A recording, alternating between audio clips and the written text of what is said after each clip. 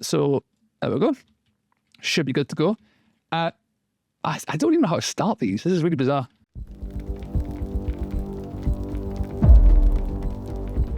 So the stream didn't work. There was an issue with YouTube. So we're doing a live sort of like battle report that I'm just going to post up raw. And I am here with my buddy Appleheart, who I have not played in many months. The last time I played, I was playing Death then as well. I'm back playing Death now. So he just came back after the Death hiatus. That's good, man. Perfect. I'm just doing the same return to my roots with trying to make Vanguard Hunters work. Yes, Vanguard Hunters. This is one of the... you don't see many people play them, but the people who do play them have tried for a very long time to get them to work. And this latest iteration here looks pretty funky. Do you want to walk us through it? Yeah, it's a very straightforward way to just pad out the numbers a bit. It's got the Knight Sephiroth as the leader and a bit of a melee hitter, 3 regular Vanguard Hunters as your main fillers, and then Haskell, Hexbane, Pulk, and one of the dogs, I forgot which one it took, Grotspider. Ah, yes, Grotspider, yes. Beautiful. And Hexbane has speed. Beautiful. I assume Puck's packing that strength. That strength 5 is so nice on that range attack. Beautiful. I like the movement on Haskell just to keep him sort of in speed with all the Vanguard since they're movement 5. Yeah. It's like you have the point, you could put it in strength for him as well, or toughness even if you want.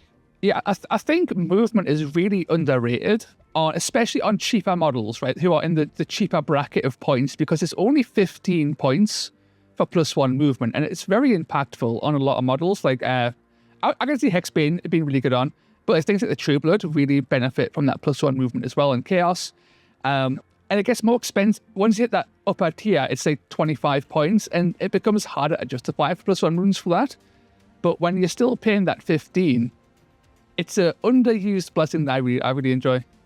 Yeah, it's definitely like in ranged units, because it really feels like you're drastically increasing the threat range, and yeah, your overall damage per attack is going to be lower. You really want that threat range to be able to be stationary and turret as much as possible, right? Yeah, for sure. So I'm just bringing. If you've been watching Road to Gold, I am still taking the standard Road to Gold list I've been running for the past few videos, I guess. So I've got the Night Shrouds on an Ethereal Steed, packing that +1 strength, running with 2 zombies. I have the 3 Zondara zombies of Pick, Toil, and Crackdoom. These are just basic zombies who've had a bit of a points bump, but also have better stats. So +1 strength and +1 range on this guy. +1 range, +1 strength, and +1 damage, but for -1 crit on Toil. And then Crackdoom he's got +1 crit, and that's basically it. At a discount, though. That's pretty funky. And then over on my hammer here, I have Lost Verlaine, +1 strength, Zondara herself with +1 strength on the range attack, and the Dread Walker zombie just to finish it up and round out as a nice number 9. It's a funky list. It's done well so far. The gimmick has actually worked. I've had, I believe it was Verlaine die twice in a game and then buffed Zondara twice as a result. So I've managed to pull it off once. The issue is, once Zondara was buffed, she never got to attack. So she never got any of the advantages of the buff, but she did get buffed twice. So I call that a win. Exactly. It's a bit of a moral victory, at least, if nothing else. Yeah. Today we're playing some Lightning Raid. This is Lightning Raid. So it's 5 objectives with the world's most bullshit deployments. If you're a slow warband, you will hate this because you've got to run from these awful corner deployments to get anywhere. But it's a fairly straightforward mission. Land, take objectives, and your wounds, the models you've killed, their wounds are all tallied up at the end of every round, and you score points based on how much, if you have more than your opponent, basically. So it's a fairly straightforward mission. Let's roll some dice and see who sets it first and all that good stuff. Good luck, sir. And also has the twist that the person who has the least points gets to pick an objective to be worth an extra point. Yes, it's one of the less impactful twists. There's some really disgusting twists in the Ferocious Gnarlwood too. And this one's just nice and chill. I enjoy the Glittering Horde, whatever it's called. It's pretty good. So I got 5, right? So you can set up your guys first. You can have the attacker. Sure. Dan. So we have no shield yet. This is, yeah. Historically, this list has not done well against heavy shooting lists. It's struggled against Caradon Overlords recently. So I'm a bit concerned just about my zombies getting picked off by the just overwhelming firepower of these strength 4 high volume of fire shots. Yeah, in a way, it's sort of a perfect matchup for this list. Yeah, even your toughness is a bit of an issue to punch through because I cap out at strength 5, so it's a bit of a hassle to chew through all that chunky Stormcast armor. I don't really have much real hitting power against bigger, tougher units, so the strategy is usually always to stay mobile, pick off the chaff, and try not to get too outnumbered. Yeah, definitely. Hopefully then, my death stuff will, having multiple revives will hopefully help us make up for the fact that zombies are likely getting shot off the board fairly quickly. Right, let's get this nice shrouds on the border. So we have your Pox on the board, turn 1. And he's also in a unfortunate position because that's really far away from where I want him to be. Right, let's get this nice shrouds down. Yeah, mid deployment there is really awkward. Oh yeah, that is awkward. There's no doors either. The closest door is here. So you've kind of just skedaddle around the long way, really. That's a bit awkward. To climb over it, but that also seems a bit... Yeah, you've got the speed being Vanguard, right? 1 trillion miles an hour Stormcast. Right, so there's some pretty good cover here as well. Hopefully make it a bit more difficult for Pock to blow my brains out, basically. Let's get Phil in, like, here or something. Okay. And we'll plank a zombie. Same thing. Something like that. Just kind of chilling back there. That should do. I don't think these zombies can actually make it over to there. With a rush to possibly do, actually. So in that case, I'm actually just rejig this deployment to have the night shrouds on the outside as much as you can at the radius, and then just squeeze these guys in there. He's a little bit big for this deployment, which is one of the big issues of Lightning Raid. Big issues of the big bases. Yes. Imagine a zombie dragon. You know what I mean? Just taking up like all this space. This big ass base. Trying to think you could deploy that here. Well, I think a zombie dragon in this deployment this one would actually be very interesting because it couldn't fit here. So you would need to move it so it's not touching this bit of terrain. So it'd probably deploy like here. Mm-hmm. As its like closest legal point, which is like kind of ridiculous. Wait, that's a cheat tactic right there, right? Yeah, have so much You're forced to deploy in have so much terrain that my dragon deploys here. Like, awesome. Let's roll for initiative and see who goes first, and we'll see how it all goes. I got 2 doubles and 2 singles, so nothing too exciting. I got 1 double and a whole lot of singles. That is definitely your initiative. Yeah. Yeah, I'll just let you go first. Okay. With my wild dice. Same, I think. I was going to maybe make a triple just to sort of like have a potential resurrect, but I don't actually think you have the range on turn 1, funnily enough, to massively threaten my zombies. I'm just going to bank as well. Keep it safe. Sundara's movement thing, is that a double? It is, yes, but it only works on her zombies, so the basic zombies won't benefit at all. Yeah, it is a double though. It's like, I would argue, is likely the most powerful double in the game when it comes to like pure raw utility. It's absolutely ridiculous. It's up there at least, yeah. Yeah. Baron is good for that as well. He is. The issue with the Beast Barons is that they have a limit to, I think, how many models can actually benefit from it. So it caps out at 3 and the movement's dice-based. Whereas Zandara is infinite range on those 3 zombies, and they always move their 3 or always get a bonus attack action. So it's like a little bit ridiculous, honestly.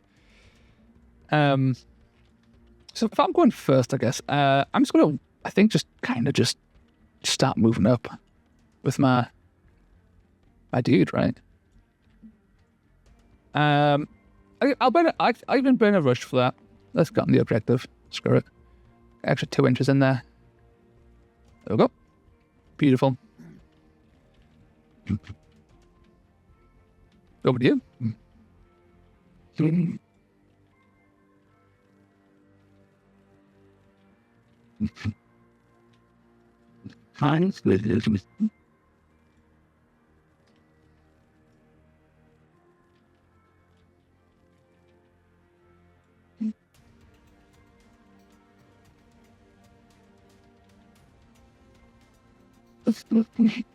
We just have Mr. Hicks. That's killed Hicksby. Some reason very hard to say. I'm not for truth out. Okie dokie. He is definitely on his way. Right. I think I actually need to move this zombie up as well. Just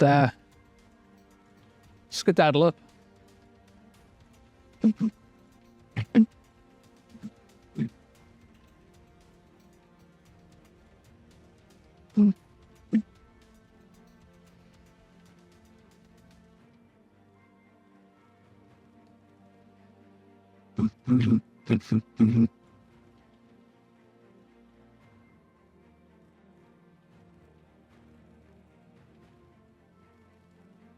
So the train is what, 3 inches tall?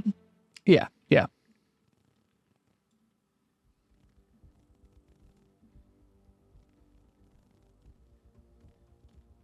We're just gonna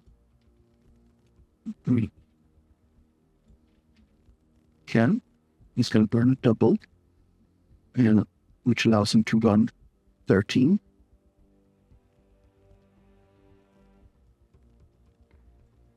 Right there. Beautiful. Yeah, can Zandara get a cheeky shot off? No, he is too far away.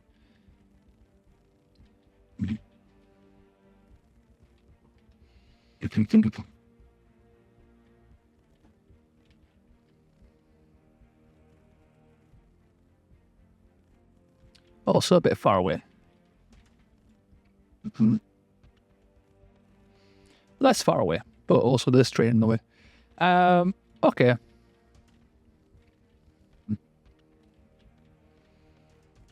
Yeah, playing a bit fast and loose without measuring that, but works out all right.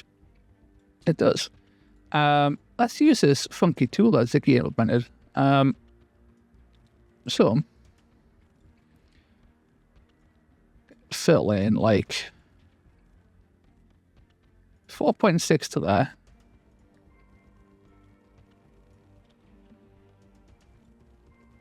And then like a 4.4 to like here, right? 4.4 to there. And that's 8.8. So that's 1.2 left.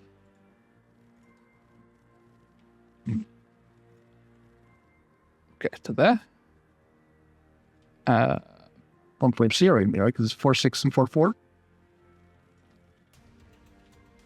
Oh yes, of course. So yes, I was have an inch. Sorry. I think it's all falling apart in terms of its actual stuff now. Yeah, but it's from here. It's not that 0.2 matters. No. So I've got like 0.1, even with Rush. So I've got a 1 inch, yeah. With Rush, extra 2 inches, I would get within engagement range with a Rush. What's that? So that'd be 9 inches to get to here, then 3 inches with engagement before. Yeah, I'll burn a Rush for that. And I'll get into engagement range. 3 inches should get me exactly within that one. And we're good to go. And that's him done. That's not great. Then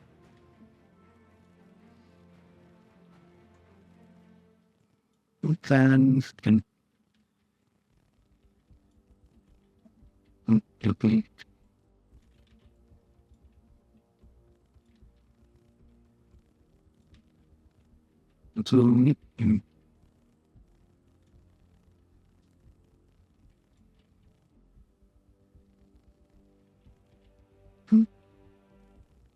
three plus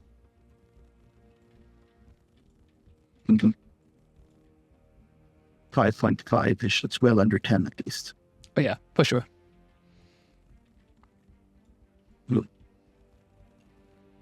But actually on the floor, there is nothing to...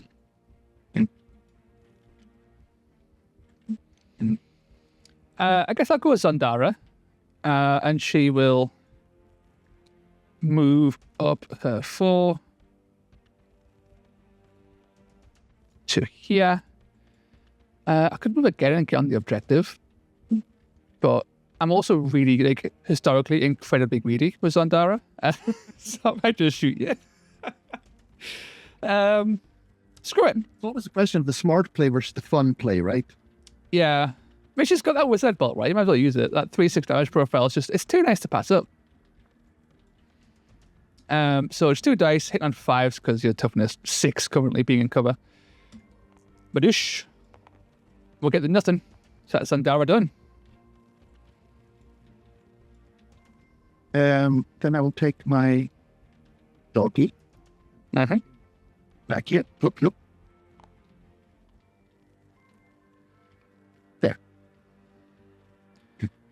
Dog is moving up. Okay, dokie. I will... You just have Pock left. I will wait on this zombie.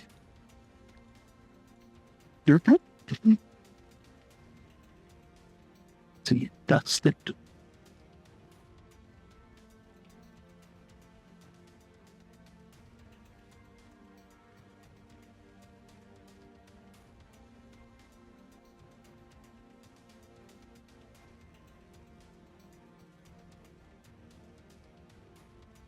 I'm just gonna pop and move up. And make friends. Yep. Mr. X-Day. Beautiful. This zombie will just move his 3. That'll be him done. Currently is 1 objective to 3, which is not ideal. But there's not much I can do about that. So I just got to live with it. This Night of Shrouds is going to have a gander at where you can actually go to. For me, I can go pretty much anywhere, right? You can.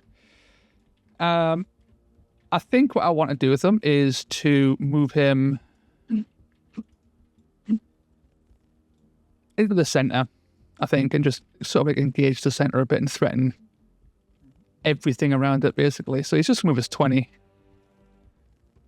Contest this objective here. Like so. And I'll give him a little rotate. So he's like technically touching them both, right? If you can't just fit his fine ass in there. Just about. Beautiful. And that's him done. Can't do anything from there, but you can do something next turn, hopefully.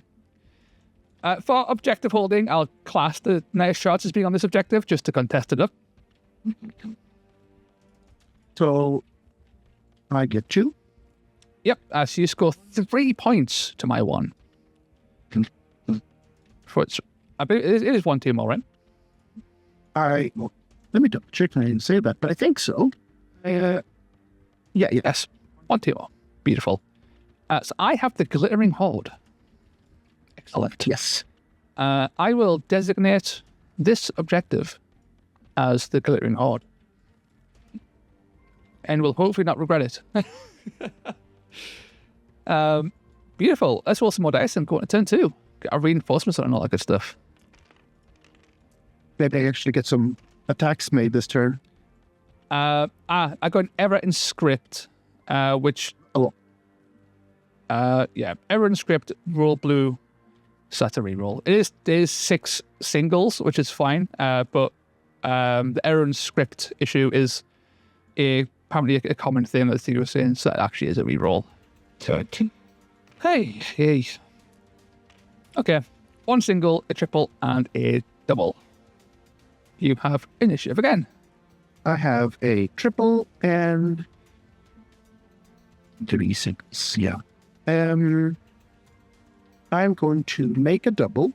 Mm-hmm. And that's it. Okay.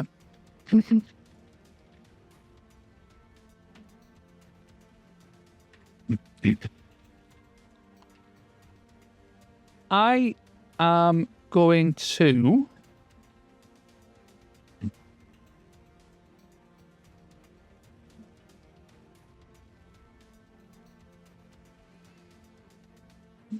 Quad would be nice, actually, yeah.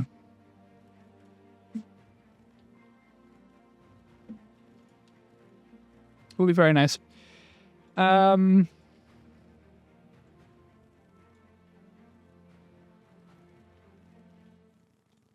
wouldn't have initiative if I took the quad, though. Which is slightly concerning. I'll make a quad.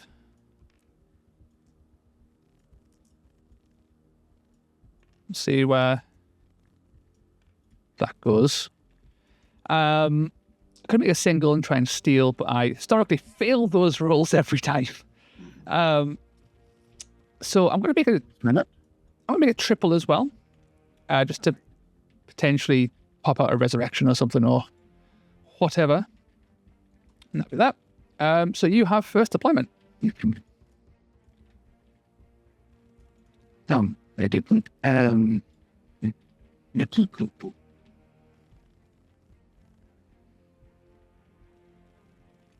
Here comes the Knight Zephos on the way. Yeah. I really like the Knight Zephos, and I always value its double way too much. And way too much. Does it increase the number of melee attacks it gets? Yeah. Yeah. It's just counterbait, and it's... Yeah. I find that happens with Lost Verlaine once he starts getting buffed up with Zondara deaths, that he starts getting countered to death. So I've got my backup zombies on the way. They're itching to get an explosive bolt in the face. Like that. I don't think I can avoid... Nope, I cannot avoid that if that's going to happen, so I'll live with it, and we'll see what happens with that. Beautiful. You have first activation, sir. Righty. That's just not the best do. There's so many opportunities here. Yeah. Not much happened turn 1, but turn 2, there's just things everywhere. Yeah, like we have everything's lined up for fights to happen, right? Yeah. No, I think you're right, though. I think we're gonna start with poke and have a pot shot in at your zombies. Yep. And It's going to hurt. try to remember the defensive stats of no toughness 3 It's all toughness 3, yeah. and all 10 wounds. Yes. Well, we'll shoot a toil, which is nice and in the middle. Toil. Yep. Cover those. Quite nice. Funnily enough, I don't actually want to use take cover, because that will turn crits into hits, and then you can make those hits explode. Or you can't make crits explode. So funnily enough, I'm not going to take cover. On the off chance you only roll crits.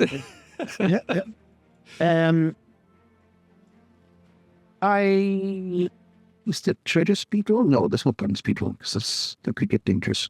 No, yeah, you could deal too much damage. All right, so let's roll normally first. So it's 2 attacks, strength 5, and that's hitting 3. Yep. And what? 6. Yep. Yep. Oh. Hey. All right, that's shot 1. Got a bit lucky there. No. I'll take it. I'm not unhappy about it. I don't deserve it, but that's really bad. It's in a row. All right. Yeah, that's crazy. That is a waste of initiative. It's your turn. At least you didn't burn the double. Yep. There's that. There is that. Okay, well, I think I'm going to go with Lost Fairlane. I'm suddenly a lot less concerned about zombies dying this turn. So I am going to burn this triple as a double, which is never particularly effective, and I'll run in with some onslaught action, swinging into this Vanguard Hunter.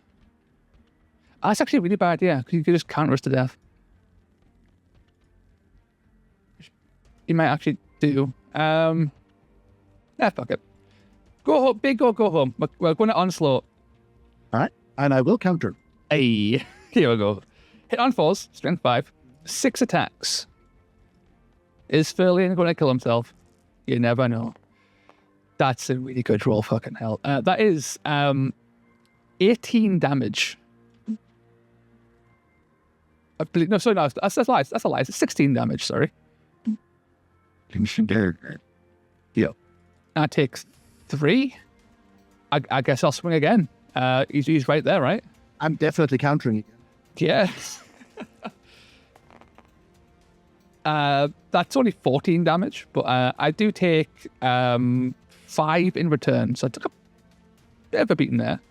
That was 17. And that's Fairlane done. In my last game, he killed Neve Blacktalon in one combat, and then followed that up by killing Hendrik in one attack action. Yeah. Like, 2-6 pops off, or it doesn't. And when it pops off, it's like, Jesus Christ. Yeah. I think we gotta return in the stupidest way possible. So I'm gonna use 444. Go. On Brand of Righteousness. Here we go. And then he's gonna double shoot at Lost Fairlane. Does that work with range attacks? No way. Oh, it's melee attack actions. So you're right. It is. Oh. I almost got really excited there. That works on ranged? Oh my god, I've missed that this whole time. We'll still do the same, just without the triple. Yeah. So that hits on 4s, because it's 4, right? Yes, you've got a good pistol. Yeah, and it's 6 attacks again, so just gonna roll it to see. Decent shot, 6 damage. I believe. Yep, 6 damage shooting. Down to 11. You do be hurting. Okay.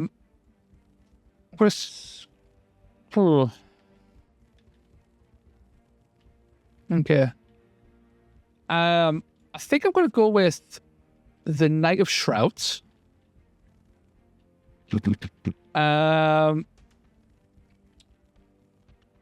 So 3 inches. I don't think I can actually fit in this gap because I'm too tall. So I think I need to move and then rampage as opposed to rampage and get 3 attacks off. As he's just going to fly. And engages both. And then he's going to take a swing into Pock because he's easy to kill. Yeah. With his 4 attacks hitting you on 3s. Hitting on 4s. Oh no, you both. Yeah, you both. Yeah, he's strength 5 in this case. Yeah. Hit on 3s. And that is 6 damage. Great. Do I want to rampage?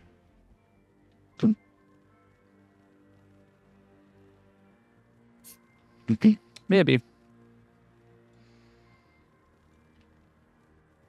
Yeah, I'll rampage. I'll try and take out Pock, so he's just that's a threat eliminated, right?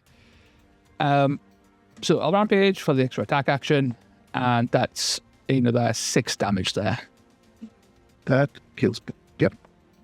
And that is the Night Shroud's done. Over to you, sir. Then we will activate this Vanguard Hunter. Yep. Sandar. Yep. Oh, 6 shots. Nice. And that is... That's also 80 or force then? Yep, because I am not actually... This is cover. I'm not in cover. The straight line, you would ignore your bit cover because you're close enough to it, but my bit of cover, you actually completely miss it because of the angle, so that's perfect for just taking on force. I won't react. I'll just tank it. Okay. Oof. Did I did it? 7. It's 4, just 7 damage. Down to 13. Okay, dokie. Zandara is going to move onto this objective and then just fire a wizard bolt off into this Vanguard, couldn't I? Really? 2 shots hitting you on 5s. But for nothing? That's done. Yeah, the 2 strike back.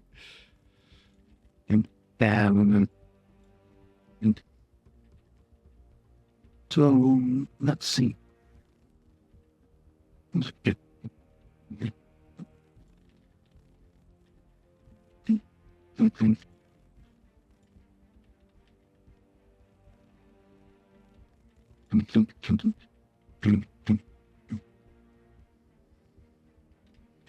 So this fellow here, Yep.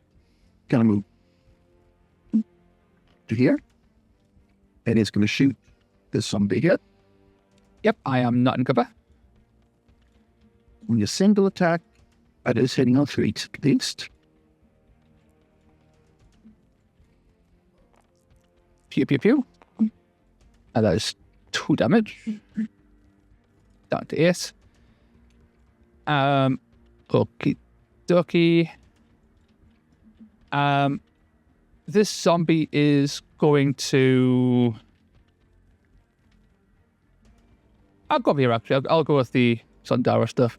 Crack Doom is going to move 6. Like so. And that's him done.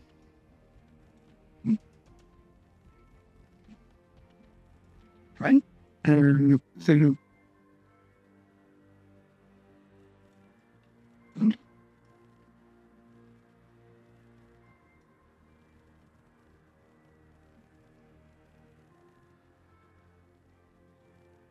Perfect. oh, it's very simple.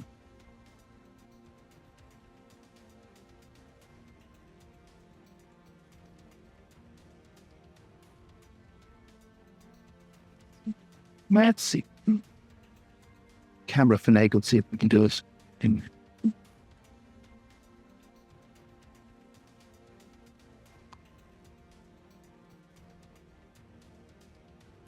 It's just out.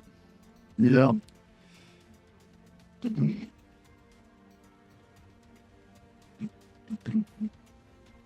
Then let's do the function instead. Run 4 to here, B to climb up, 2 in. That's what, 7, 8? Yep. Here.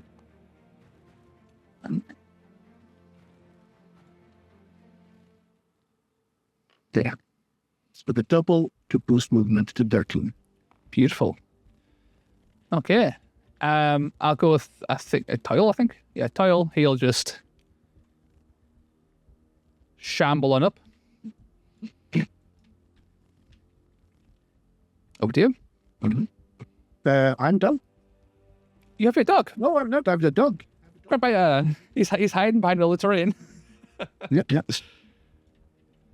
Give it. And That's the dog. Right.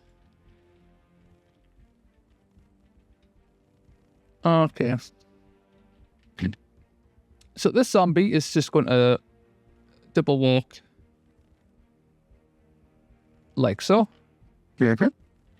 To there. This zombie's just going to go over to here and continue to hold the objective.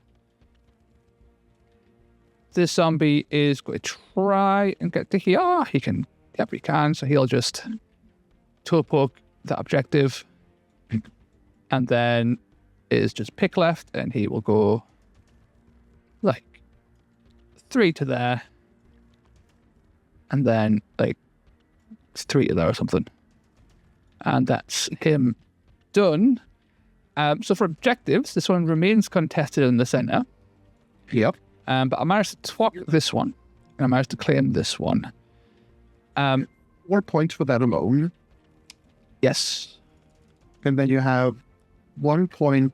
I get 1 point. You get 4. You get 1 for the secondary, right? Or is it 2? I think it's 2. 2, yeah. Yes. For the devastation total. So that's 6 points this turn. To your 1. Yeah. That was a pretty brutal turn. Landing the kill on this night, the Vanguard Hunter was pretty nasty. I had a bit of nice bad luck at the start of the turn, which didn't work in my favor. But yes, in park, yeah, completely whiffed. yeah, he completely whiffed, and then he died. Yeah. Cage. So it looks like I've probably got initiative this turn. Do indeed. I don't think grave breaking is going to be that impactful this turn. I don't think it's that impactful on lightning raid in general, to be fair. Just because the objectives are so close together. And I can't use grave breaking against their own objectives because I can't move from that. They have to attack. So I think I'll make a triple, and I'll just see how that works out for us.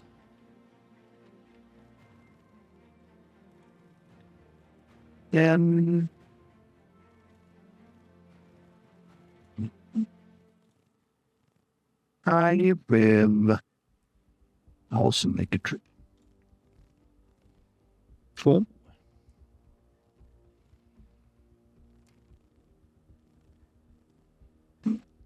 You only have 1 triple. Yeah. It's going brand as a righteousness. I can see it now.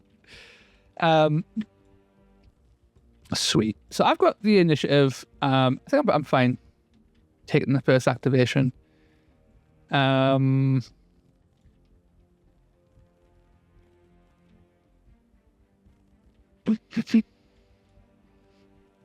concerned about zombies dying a little bit, but it probably won't matter that much because I've got 30 wounds and devastation. So I won't need to panic revive them just yet. I think I have to go for the night shrouds and try and take out Hexbane whilst I can. Just on that risk that you land some meaty crit 10s, right, is a bit too high. So the Night Shrouds is going to swing in. He's going to use Frightful Touch to go to all his crits, hits become crits, and he's just going to swing Hexbane, hit on 3s. Do you wish to react? No. Yep. I can. That is 12 damage. Mm-hmm. I'll swing again. Do you wish to react?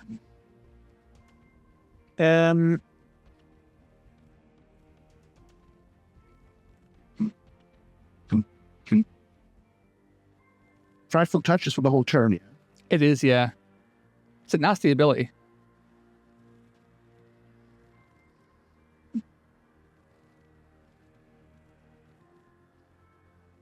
Yeah, I'll leave it. Okay.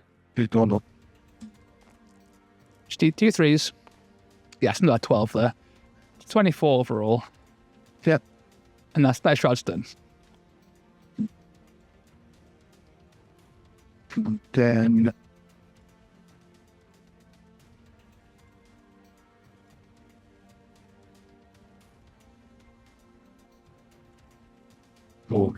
seeing. They start with this Vanguard Hunter. Yep. He will double shoot at Sundara again. Yep. I'll have to take it. Man, you want something? Yeah, I'm toughness 4. Yeah.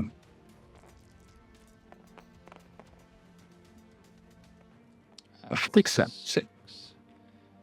I am down to 7. Still a bit concerned about her dying. I will use Sundara to once again do some cheeky shooting and see if I land some hits. I'm going to fire at the Vanguard Hunter. Just because it's a more valuable target, I guess. So I'll just fast roll it. 4 dice hitting E15s. Oh, see what happens. Okay, that's 6 damage. Cool. And that's Sundara done.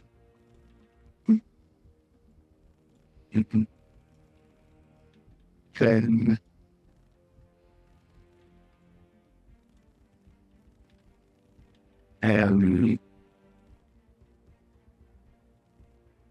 yeah, I'll just move Sephiroth down here. Yep. And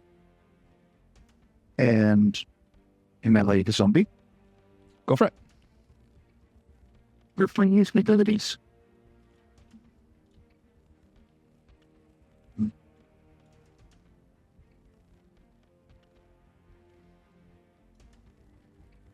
Yeah, sure. Because it's fun. No, because you just can't. Never mind. Yeah, I'll use Unfeeling Flesh to try and survive. So it is 4 attacks. Hitting on. Yep.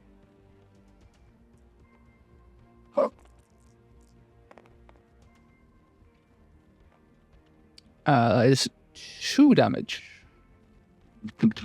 I'm ready. That is an action, that guy.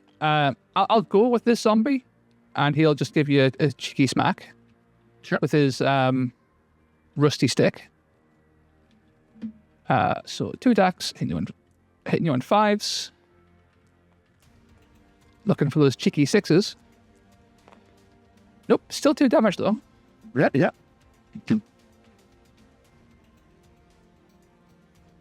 And that's him done. Over to you. And then go to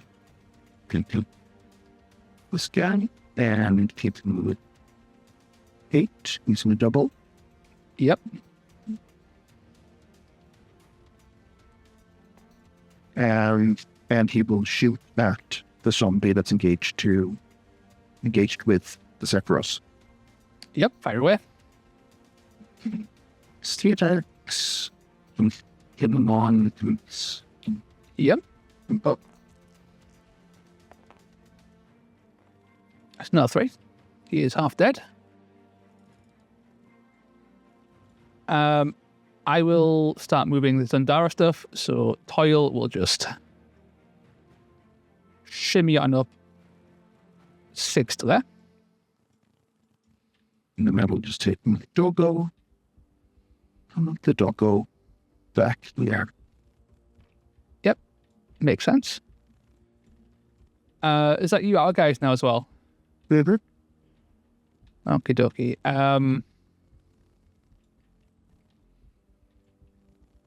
Right, this zombie is going to try and do this. I don't know if he actually can. 4 to there. Then squeeze in the 2 to there. And this zombie will move into combat with the Knight of Zephyros and give you a cheeky slap with his stick. How far did I move there? Because I wasn't paying attention to the actual... Okay, make sure I wasn't actually cheating by going like 4 inches or something. Yeah, cheeky slap with his 5s. Nothing. That's him finished up.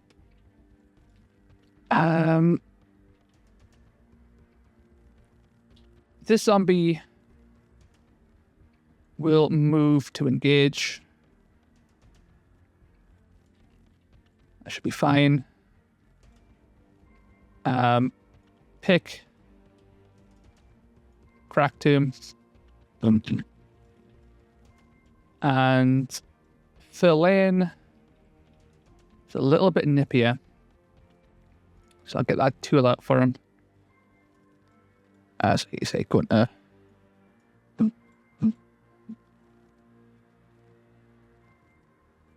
Basically, like 5.6 to there.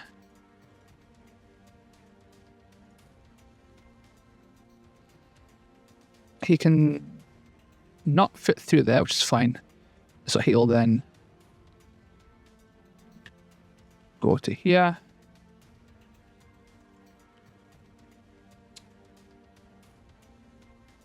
Yeah, it's too far. He'll just have to move to here, basically. That'll be him done, ready for next turn to be a bit more relevant. I think that's everyone done. So for objectives, I managed to secure this one and retain that one. Again, just scoring 3 on my end, +2 for the secondary, and you score 1 +1 for the twist. Yeah. On to the final turn. We can twist bridges. Yeah. Triple, double, single.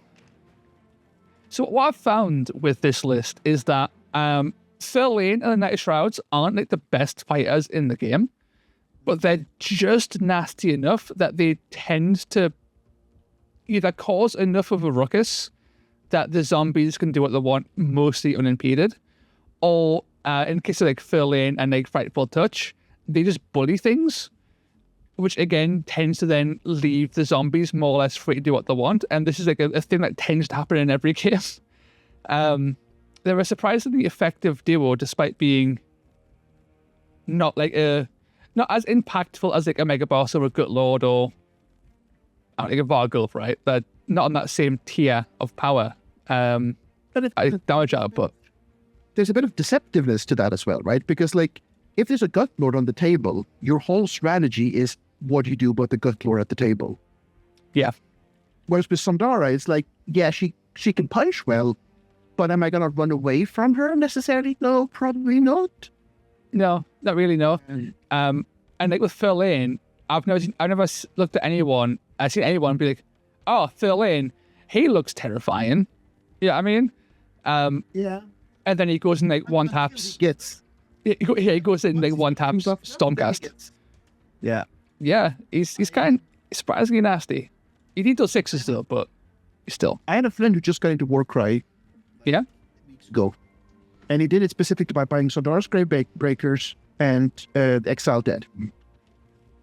Funny enough, I've got them both at my desk right here.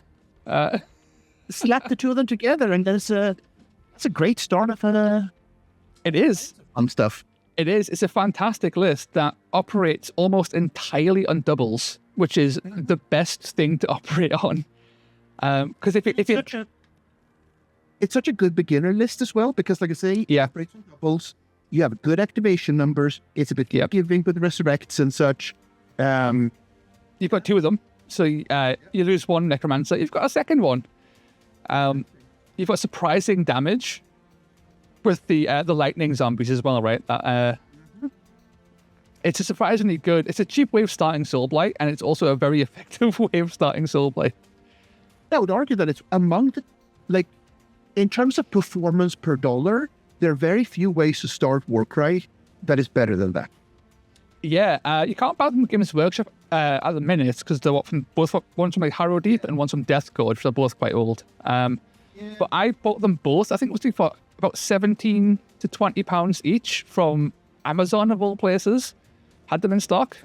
So I was like, cool, that's a good price. I'll nab them for that, like, so yeah.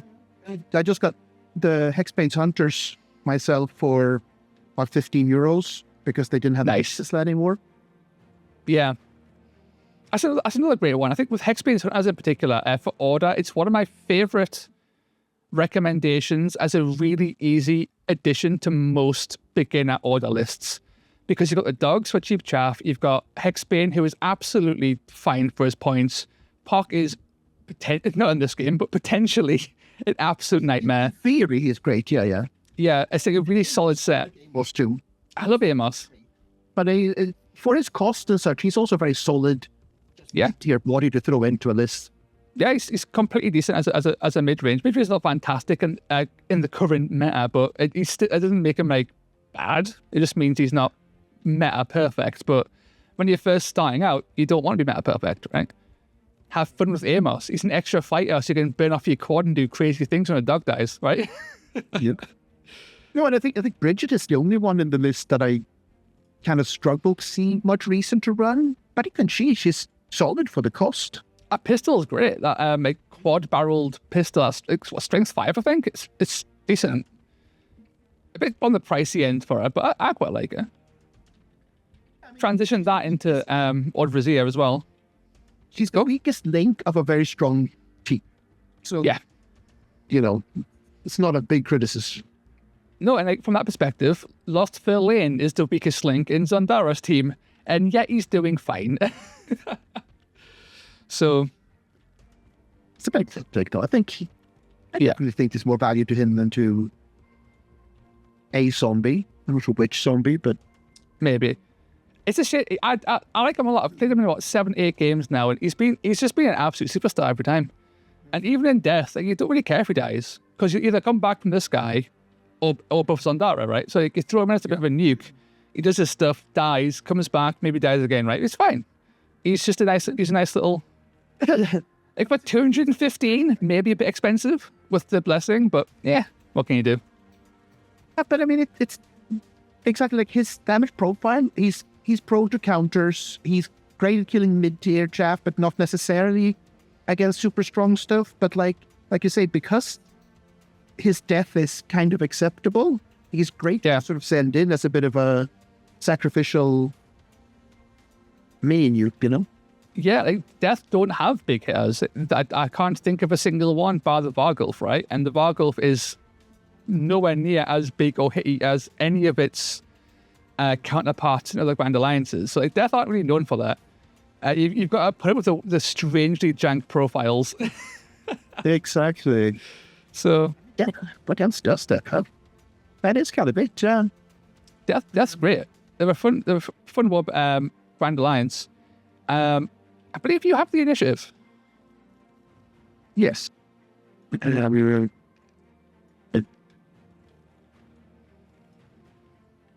will.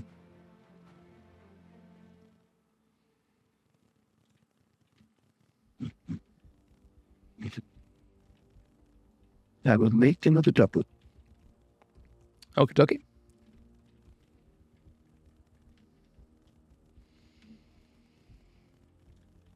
I think I am just going to have another triple. I think. Looking at my quads, I don't think there's one that'll be all that helpful.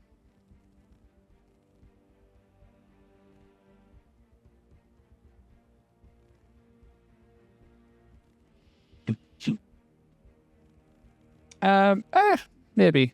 I'll make a triple.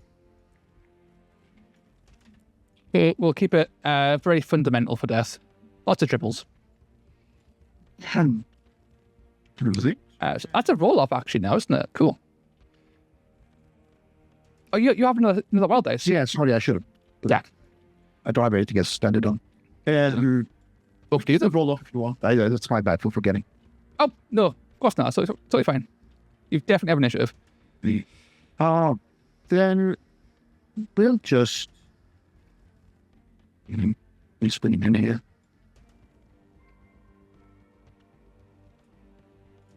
Let's take... Yeah, let's take tonight's set, bros. Yep. Then, yeah. Can you use the double onslaught? Onslaught. Or tag 5. Swing once into the 5 wound zombie. Okay. I will use counter. Unfeeling flesh. Screw it. Unfeeling flesh. We'll try to live. Unfeeling flesh? Yep. Should have countered. Yeah. Should I go for counter? Yeah. So I take 2 damage. Yeah. It's embarrassing, but I got a double attack to kill a basic zombie when you roll like this. Yeah, unfeeling flesh again, right? I think he lives. It does on 1 wound. Damn. Unfeeling flesh is disgusting. People say it's bad on skeletons because they've got that toughness 4, but the 8 wounds lets them down. I have found in every single game, wound 10 zombies have always been more annoying. Always. Yeah. And like, this guy swung, what? 10 times. 10 and once last time as well. That's 14 dice. And he's alive, right? That's crazy. But granted, you didn't roll a single crit. Yeah, you haven't rolled a single crit in that. The garbage. So like that helps. Yeah. But yes. It's kind of bullshit. I guess I'll go with Zondara. I don't think she's that good with being alive this turn. I suspect she's going to get shot down by somebody. So she's just going to try and roll 2 crits and hit on that guy and just see what happens. I've engaged them. I can't do that. In that case, Zondara will instead have a ponder. Yeah, I'll fire it into this Vanguard Hunter. Really? Same deal. Hitting on 5s. Sure. 4 dice. I'll just double shoot it. Nothing. Cool. We'll have that Vanguard Hunter shoot back. Yep. Fire away. It is 6 dice instead, hitting on 3s. 4s? 4s, yeah.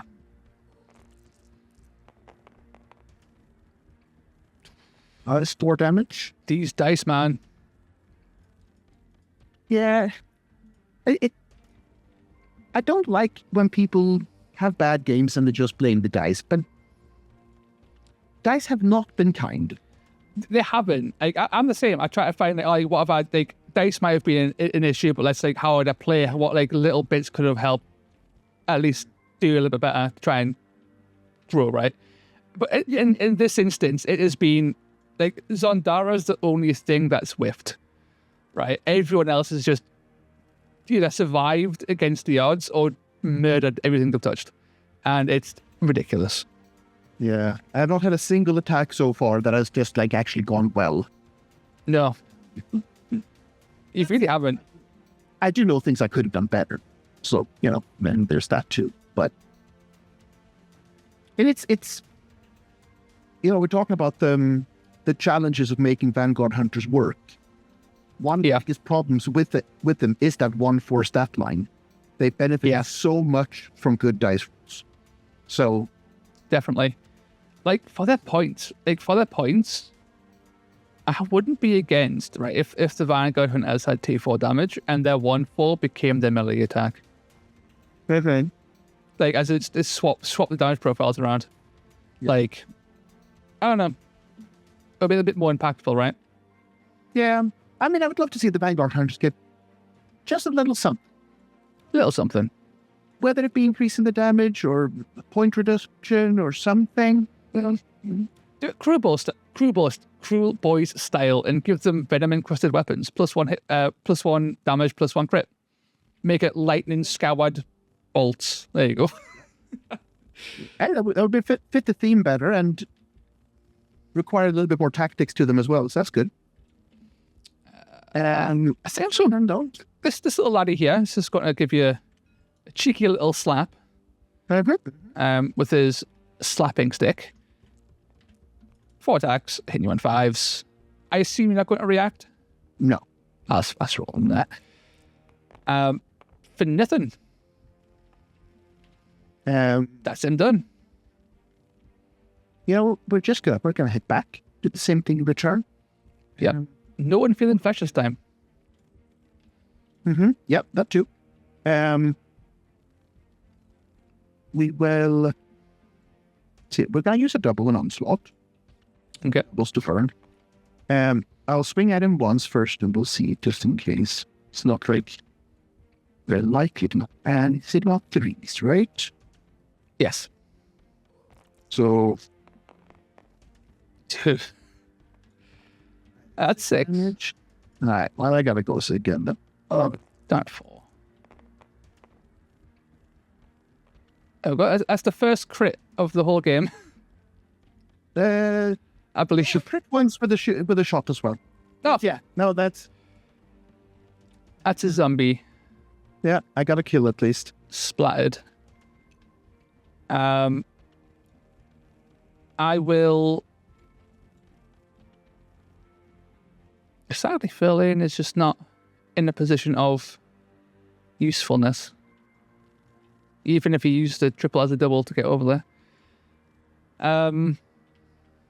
Nice routes, why not? He'll just fly over. He'll just big dick it as he does normally. Just fly over here. Just plonk himself down. And he will Frightful Touch just to have a good time. Yeah. Hitting you on, I believe, 4s with 4 dice. Spadoosh. 4 damage. It's okay. That's him done. And then you've just got your dog, I believe. Yeah. Seem to be able to shoot that zombie then. Yeah, we're just going to take the dog. The dog's just going to move up here and hug. Yep, that makes sense. I'll use Vampiric Agility on Lost Fairlane. It's a bit cruel, I guess, but to try and squeeze in. Yeah, we'll go. Yeah, you'll just squeeze his little butt, toe tap this objective. That'll be him done. This guy haven't moved. You could otherwise shuffle him first if you want to make it easier. Just reach in. Yeah, fair. Forgot about that. Yeah, he'll just disengage, I guess. He'll just disengage, and then that'll make it a bit easier for Lane to squeeze in there. 10-inch movement, ignore terrain, like he's fine. Yeah. That's just so it's unnecessary, but it's to purely so I don't forget that's a move for like competitive players. Like, move to do, yeah, exactly. Yeah, it's like if I don't hammer that in, I'll forget, and then it'll bite us in the ass at an event sort of thing. And then these guys will just all wait. They've got nothing to do over there. And that's me all done.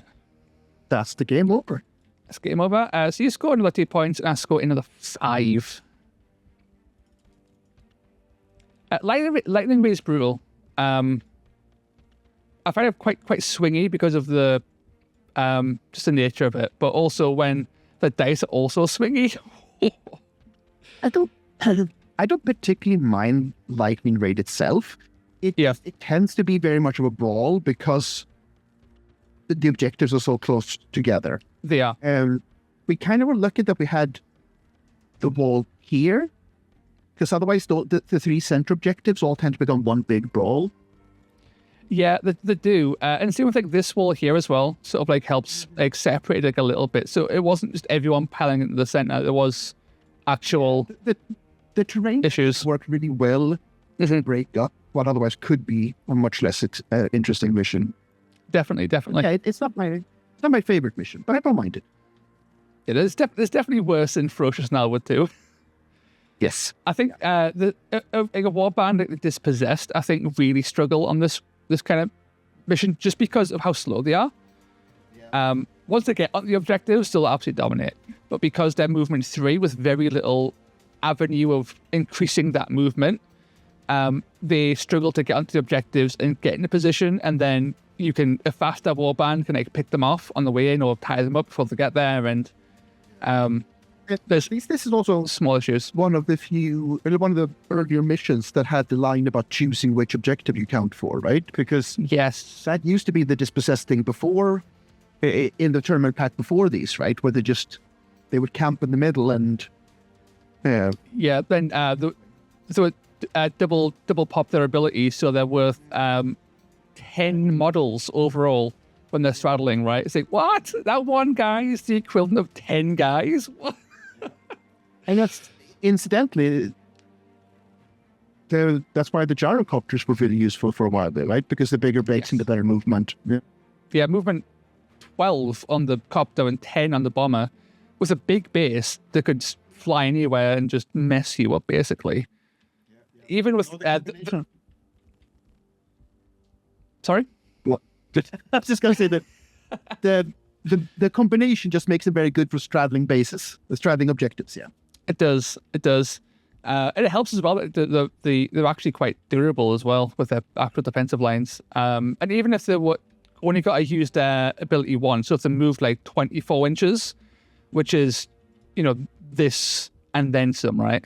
The entire width of the board, then they can still use it once. You really go wherever you want, yeah. Yeah, and then they're still worth 3 models.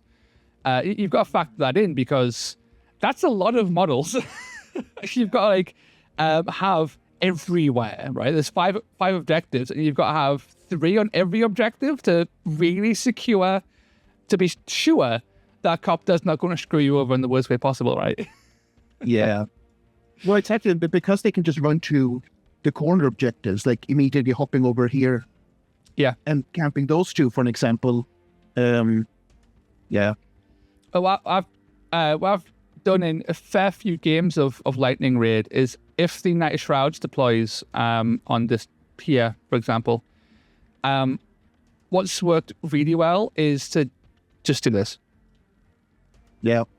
You can even rotate it a little bit, put a dig here, and then they've got to deploy. They typically, because it's such a long base and this is locked off for movement, because the narrowness, typically they can't disengage either. So you've locked in like 2 or 3 models in this small area, and you also hold the objective, which is just the biggest fuck you move I've ever seen. So I've tied up a 30-year warband, and I'm also scoring points. You're welcome.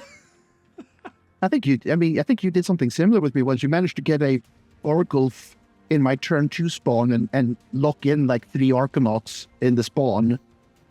Just it was yes, I remember that. Yeah, and also with I think it was also with Quest or Soulsworn locking in. I think it was like 4 Cruel Boys into a deployment with the Duelist. It's a play I like to use. I would like to see it removed in a future edition. I don't know how they would do it, but being able to do this is bullshit. It's horrible. Exactly. I think the problem is just with like there's that little Venn diagram of units that are threatening enough to be dangerous to do it with, that are also large and fast enough to be able to do it. Yeah. That's like the Duelist, for example. The Duelist isn't a problem. He has a move speed of 4, and he's a regular-sized dude. If he managed to get into your spawn, more power to you. You pulled off something cool. You've burned several doubles to do that.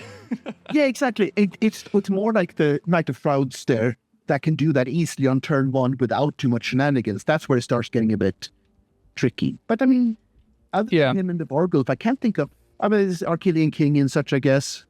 Yeah, there's a Vanguard can do it too, to a lesser degree. Their mounted can really screw them over depending on like the move lines and stuff.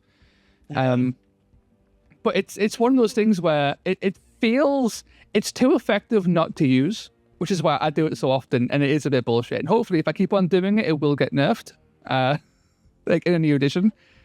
There are things that I mind. That one is not really on the list. I've suffered from it, but I've never been like, well, this is fucking bullshit, you know? Yeah, I think it feels worse when you use it against like a newer player. It's why I did a video on it, hopefully to try and like draw attention to like this gambit where you just take a fast thing and just dump into the deployment too. Because even if you die on turn 2 or 3, you still held up the whole deployment for like until turn 3 or possibly 4, and like that's a huge trade in your favor, even if you don't get the kills. And newer players in particular don't know how to deal with it. It feels bad in that instance. So I don't know. I don't know how you'd fix it, if it even needs fixing. People don't do it to me. I've never been on the receiving end of it. But I have done it almost every game in Road to Gold with the Night Shrouds. Not on this one. I moved over here. On this one. Like, I've only had it happen to me 2 or 3 times. And neither time did I feel like this really ruined the game, or this was something I couldn't have avoided, or this is, you know... I still argue that the 15 spiders is just more annoying to play against. Man, when that's a list. When I was running the 15 spider list with like 2 nets and 12 spiders, it was apparently so when Eitan used it in real life, no one's complained about it in real life. Every game almost, you didn't complain when we played with it, but many players did complain that it felt horrible to play against on TTS, and that's interesting. It's like, does it feel worse on TTS, and if so, why? Or are people just more polite in person and won't complain as much? I think it's either more polite, and B, if you travel somewhere to go to a tournament with physical models in hand, there's a commitment. Like with TTS, you put in a list and off you go, and like it's easier for it to feel like someone is just trolling. Yeah, and especially because if someone rocks up and have actually built 12 spiders, like there's an investment of time and energy and money there that makes it easier, right? Yeah, it's lost on TTS. Yeah, it's like the 13 crossbow World to Call list that no one runs in real life, really, because it's ridiculous to make, but it's on TTS. Yeah. And the only reason I really minded the spiders as much as I did was because I ran it against Stormcast, which is like, the worst combination possible, pretty much, right? Yeah. It's also one where, they need to bring back the flame hurlers. Oh yeah, more AoE in general would be nice. Yeah, just to deal with hordes. Exactly, because it feels like that's a tool that is lacking in the game as a whole. Yeah, and I get that it gets problematic very quickly, but like I think Puck's AoE is a great example where it doesn't do much damage to bigger things. Like it's great for killing spiders, but like if someone shoots that into, a couple of our boys, no one's really gonna bind too much. No, definitely not. And like, there's a few good ones, but they're all really expensive, right? Like the Questa Soulsworn one's okay on a triple. Signs of the Flare have an okay one on the triple too. But the Brute Wrecker just coming in with like the best AoE ability in the game on a fucking double. Like, what even is that? He just runs in, 3-inch, half dice value damage, automatic hit, just shreds everything. He's so funny. He just gets in there. He's a great candidate for getting into deployments. Yeah. I would love to send a wrecker into a bunch of spiders. Oof, good times. Oh, it'd be so good. Like with Park, the ideal trick shot, as I would call it, would be to like have Park somewhere firing at like some zombies or whatever. It's like 2 zombies. Like the first shot knocks the zombie down to like 2 wounds or whatever, 3 wounds. The second shot, you don't fire at him, you fire at the guy next to him, and then explode. Have the explosion kill him, then hopefully kill him with the second shot. And it feels great. I did that against Eitan and his World of Core once, and it was just like it was beautiful. Like getting the ultra value explosive shots always feel fantastic. That's also why I got to bring up the joy of Deadly Demise in 40k, where some tanks and walkers and such explode on death, or have a chance to explode on death. Yes. And those explosions can trigger more explosions on death. You can, in theory, although highly improbable, but you can, in theory, have a chain reaction that kills off half the table. Yeah. That's amazing. I love it. Pyregeist had the opportunity to be like the AoE faction. And could have been. They whiffed. Their quad is hilariously fun. It's so much. It's not that damaging in the grand scheme, but it's also just really funny to use. But their Pyre tokens, 1 inch. Come on now. It is such a shame that they were being too restrained with the Pyre. Yeah. They did something unique. They did something different. They tried something very unique. They should have just gone ham on it. Yeah, like range 2, like 2-inch AoE would have been fine. I would have been fine with a 3-inch AoE with the scaling damage based on how close you are to the center. Like 1 inch at 1 damage at 3 inches, 2 damage at 2 inches, whatever, right? Bit wordier to explain. But at least it would have been a bit more impactful than 3 damage at 1 inch that no one will ever take. It's true.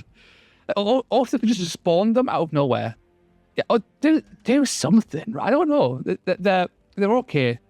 They're not as bad. So I think a few Death players have got this idea as well that Pyregeist aren't as bad as everyone says, but they're still shit, right?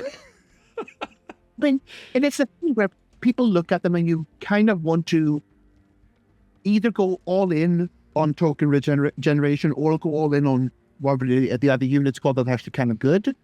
Yeah. But I think we talked about this before, where like the actual balance they come with in the box is pretty much as good as it gets. Like you kind of almost should run them one box. Yeah. Unironically, one box has been one of the most successful ways I've run Pyregeists. Yeah. The need to optimize it has made them less effective almost every time. Which, maybe that's an intentional thing about the game design for it, right? They tried to find a way to curb the souping by making teams that want to be together. Yeah. I found that was a similar case with a few of the new warbands, actually. The Terratic Cohort, they worked better, I think, with with 2 boxes and like mixing up some more of the actual the foot soldier people. But in general, like the Terratic Cohort worked really nicely as a 1 box and then kind of got worse once you put in allies, weirdly enough. Pyregeist were kind of the same. It's weird. But it also feels like still both of those were done in a kind of ham-fisted way, where you look at Soul Swords as an example of some where the battle trait alone makes them so good to play in faction or 1 box, and yet with the, what's he called, the new Errant Questor or something? Yeah, Errant Questor, I think. Yeah. Or Night Questor, maybe? Night Questor, yeah. You know what I mean, at least. Yeah. Suddenly, there's actually genuinely great soup versions for them, plus Questors are still some of the best single modal allies. Oh, yeah. Questor Soulstorm just feels like kind of pinnacle of bespoke team design. I agree. It took a long time for people to come around to that idea because they weren't played. Like, they were considered fairly bad. Their tournament representation was fairly high, but they didn't do particularly well. And I think people have slowly come around with a bit of more use, the new battle trait, the new support they got in the Thunderstrike stuff. They've really come into their own without any points changes or profile changes. They've come into their own, which is nice to see, right?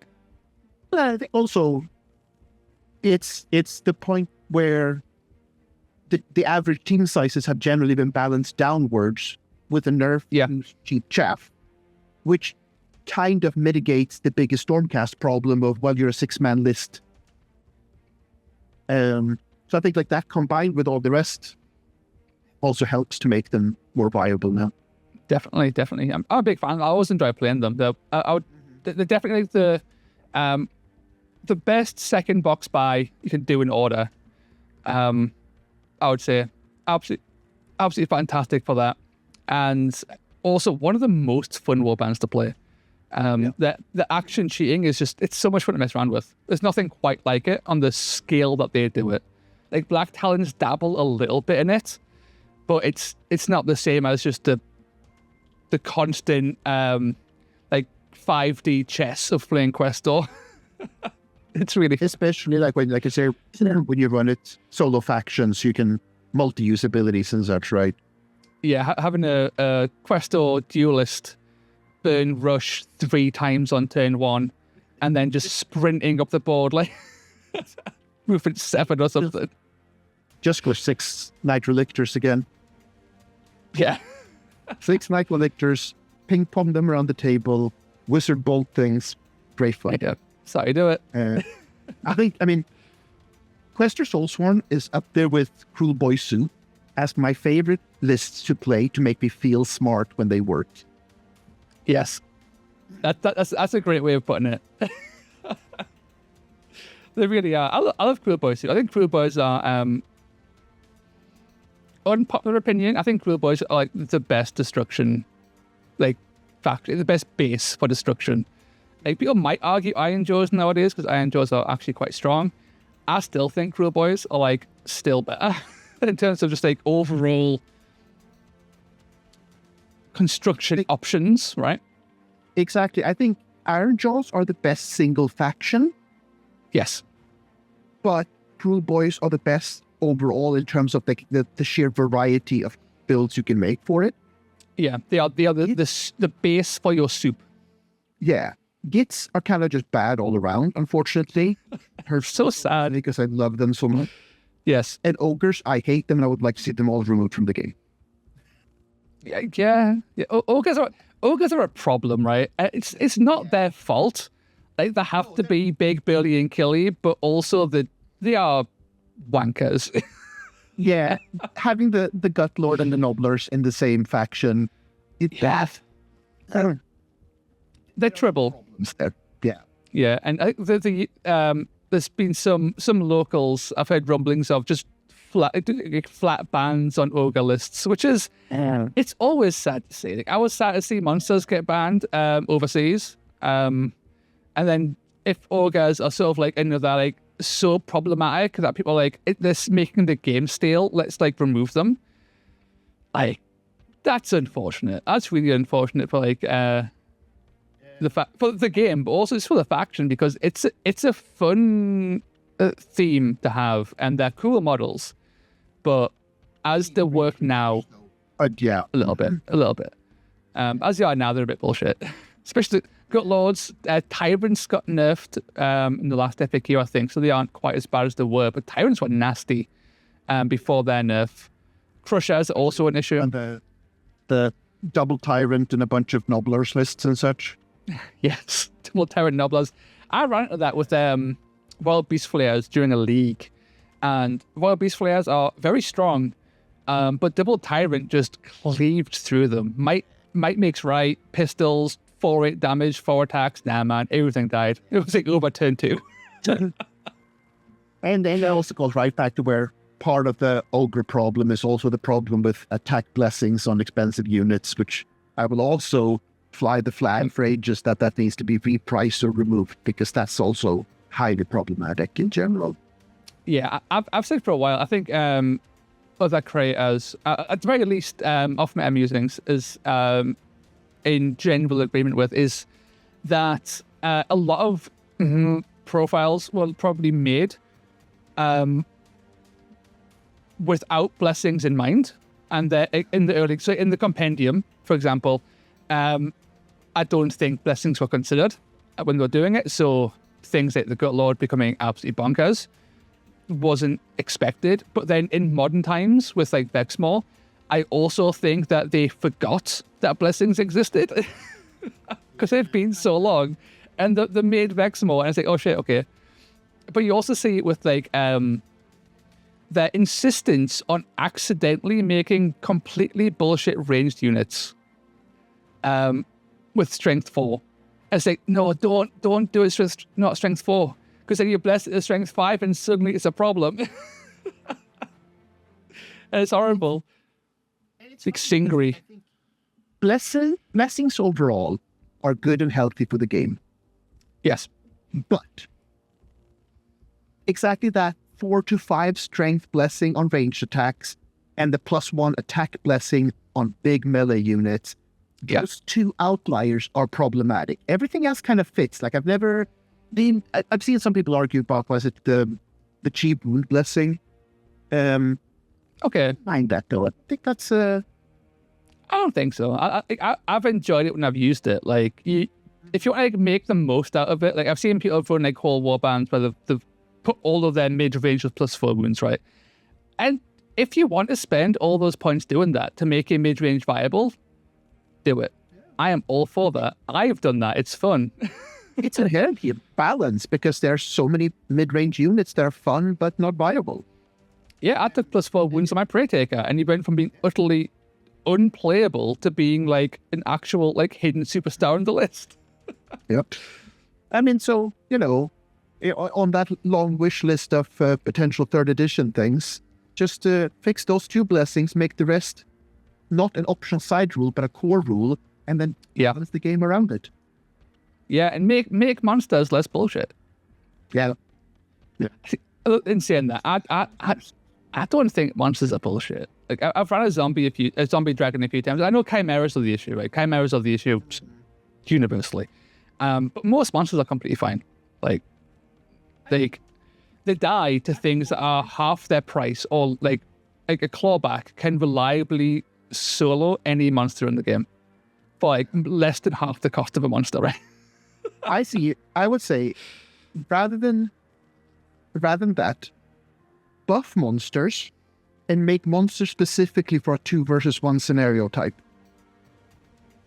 Yeah. Where you have that'd be cool. Players fighting against the monster player. And then make the monster feel like it's truly a threat beyond what regular units can contend with normally. That'd be kind of spooky. Yeah, that'd be pretty cool. Idea. I've been dabbling a little bit in the Middle-earth strategy battle game, and it's a wonderful system. It is very, very fun to play. But also, the way they've scaled their stats is beautiful. You can almost tell anything's stats just by looking at the model and like what it's physically capable of on a physiological level. Like strength 4 is like the average of is good. So strength 4 is good. That's a good strength to have. But the issue is everything's really tough. So like strength 4 is good, but when the average toughness is like 5, like it becomes an issue doing damage. But then you look at like, oh well, what strength is a troll? And it's like, oh well, in Warcry, troll strength 5, and you're gonna get strength 5 elves in Warcry, and like strength 5 is just not a big deal. And they go, oh cool, well a troll is strength 8, and not a human or elf or orc in the game gets anywhere near strength 8. Yeah. It's like cool, and it makes them really threatening because they are physically massively superior. Yeah. And it fits. And when you can take Balrogs at like 500 points in like completely viable lists that aren't even the best way to run that list, and the fun option, and the Balrog feels ungodly powerful because it's a fucking Balrog. It's like, damn, you've nailed some sort of like balancing magic where you can make that fun to play with and against, and yet perfectly balanced. Beautiful. They need to have the magic from that instilled into Warcry's monster design. Yeah. No, and I mean, and I think there's a lot of that to argue about all kinds of things with, like we're just talking about ogres, for an example, and trolls. God, don't get me started on trolls. I want a troll rework, and I want the trolls to be in faction gits. And yes, do it. All of that. Yeah. At the very least, it's what I like to say is keep them as thralls, but FAQ it so trolls don't take away battle traits. Yeah. Let me take trolls without any downside. I want my trolls. Or even just similar to how I was gonna say something. I'm going to skip already. Yeah. Similar to how you can soup Cities of Sigmar and Stormcast. Just allow Git to soup trolls. Yeah. Like they can do Goblin Blues already. Yeah. Perfect. Make the Dankhold a regular troll. It's not a good. He's not good enough to be a monster. He's not big enough to be a monster either. Honestly, his model it's a big model. He ain't like monster size in my opinion. Make him just a regular dude that you can take in Gits. Yeah.